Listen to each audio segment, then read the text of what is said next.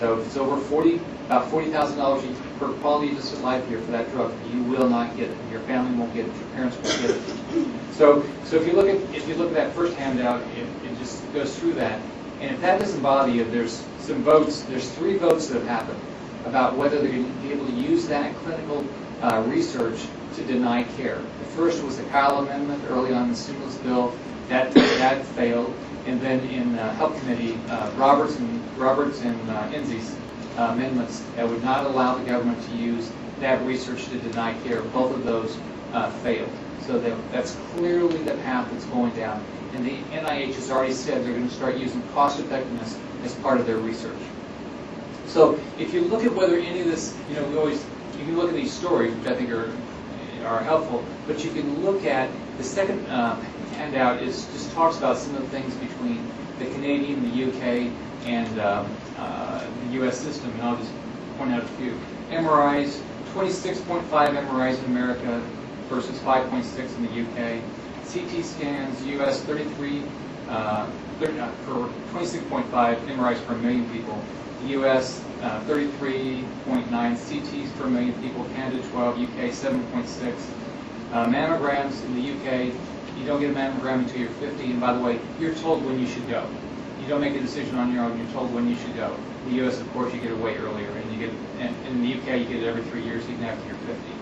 There's no screening for prostate cancer in the UK. Now, does it have an impact? If you look at some of the results, it has a significant impact. Stroke deaths, UK 55.9 per 100,000 people, US 35.7. Surviving cancer. U.S. men survive cancer, 5-year survival rate for cancer, 63%. U.S. women, 67%. British men, 45%. British women, 53%. So a dramatic impact. Britain has some of the worst survival rates for cancer around. Look at wait times, which does impact your life. Wait times for surgery more than 4 months, U.S. 5%, Canada 27%, UK 38%. Wait times, these are some UK wait times. Hip replacement, 151 days to get hip replacement. UK knee surgery, or knee replacement, 157 days. Bypass surgery, 68 days. How many Americans will put up with those sort of wait times? But that's clearly the path we're going down if we don't change where we're going with this bill. So when I got started in this debate, my whole goal was to make sure we educate Americans about what's happening. I believe the keys are the 4 pillars we put out, which is similar to what Nina said. But the key is how do we reduce healthcare costs? And it's clearly not having more government involvement. More government involvement will do exactly what all these pictures show. It will ruin healthcare for all Americans. Thank you very much.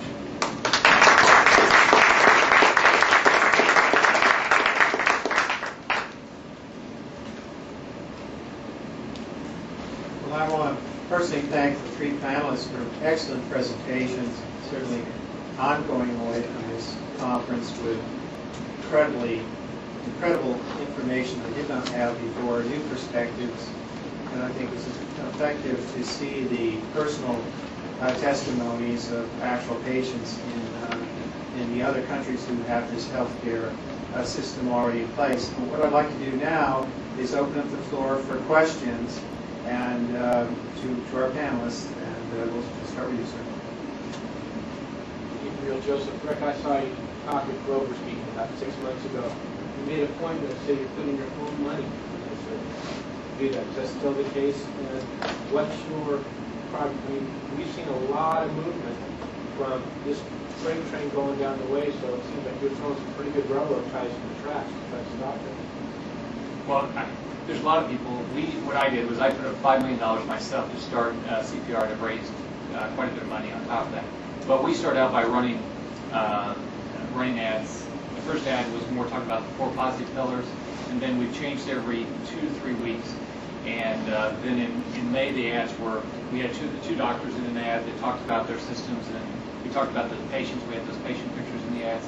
And then in June, Senator McConnell said, really the key is right now we've got to focus on making sure we don't have the government plan. So our ads in June were on the trying to stop the government insurance plan. And then the most recent one, which I like the most, is it has the doctor talking to the patient, and then it has this little nerdy guy jump up from behind and with the federal health police clipboard and say, don't let a doctor or a bureaucrat get between you and your doctor. And so then we've got another ad that'll come out, I think next week. We'll talk about how we're squeezing them in the class, basically. Comment about progression. Is there real? Oh, I think everybody in the whole process has made a lot of impact. I think here was my understanding of where we were in the beginning.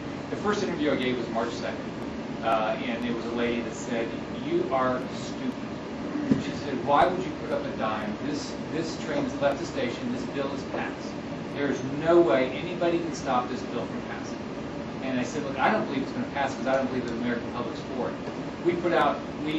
As soon as we started, we put out our polling numbers and showed how the American public believed in our pillars and was not in favor of government health care.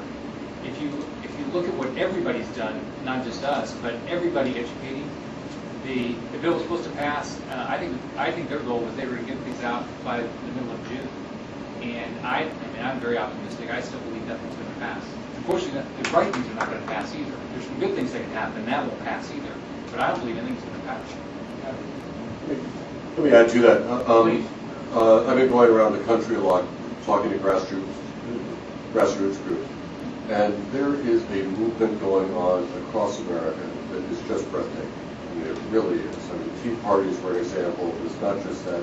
There are people getting organized all across America, and they go to meetings, and there'll be 100, 150 people there. There'll be small business owners, housewives, retirees, physicians, and they are all just furious. And I think the members of Congress, quite frankly, are very apprehensive about what happens when they go back home during August recess, because they're going to be greeted by these people, and these people are not happy with what's happening in Washington at all. It was breathtaking. I should add to that, my company's identified over 100,000 donors, contribute over $5 million to try to stop Obama's efforts in this economy, from individuals. And some of my clients are in this room, and working with them. But what you're saying is really true. I just want to point out that people like yourself are stepping up. We got Wendy Long sitting right here in the front row about soda in the air. She's got her name out on the, I'm sorry, I got the wrong person. That's the hard part, sticking your name out because you get beat up. Everybody criticizes you if you go do this stuff. And this guy works for Tide Acres, who's speaking the same way. It's just really putting their names on it. So what you're seeing in the grassroots is only being led by people like yourself. Can I just add one more thing? I know there's a big push about having people, have members of Congress read the bill. I also suggest that actually constituents should read the bill. Once you see that a piece of legislation is over 800 pages long, that causes many Americans to take pause. What is it that it takes 800 and some odd pages to reform the healthcare system? It shouldn't take that many pages. And the more people read, the more I think they get exposed to the dangers of what this bureaucracy is going to end up being. There's a good quote: if it's too long to read, it must be too expensive to pass. Yes, sir, back here. Thanks very much for holding us. It's been very helpful. I'm Barrett Duke with the Southern Baptist Convention. We weighed in pretty heavily against the public option, and we do think that the tide is turning on that. What do you consider to be the second most dangerous aspect of what the government is doing regarding health care that we ought to start addressing? Well, from my standpoint, I think it'll go like this. I think to start with, we got to win over the government option, and then are we going to have Massachusetts? And if you look at all the numbers out of Massachusetts, that hasn't worked. It's been way too expensive, and it's not cut the cost. You still have significant uninsured. So I think that's our next risk if they have the individual mandate, employer mandate, guarantee issue, and community rating. And I think that would be horrible for healthcare in America. I mean, great stuff, great, but it'll be horrible. That's the next fight.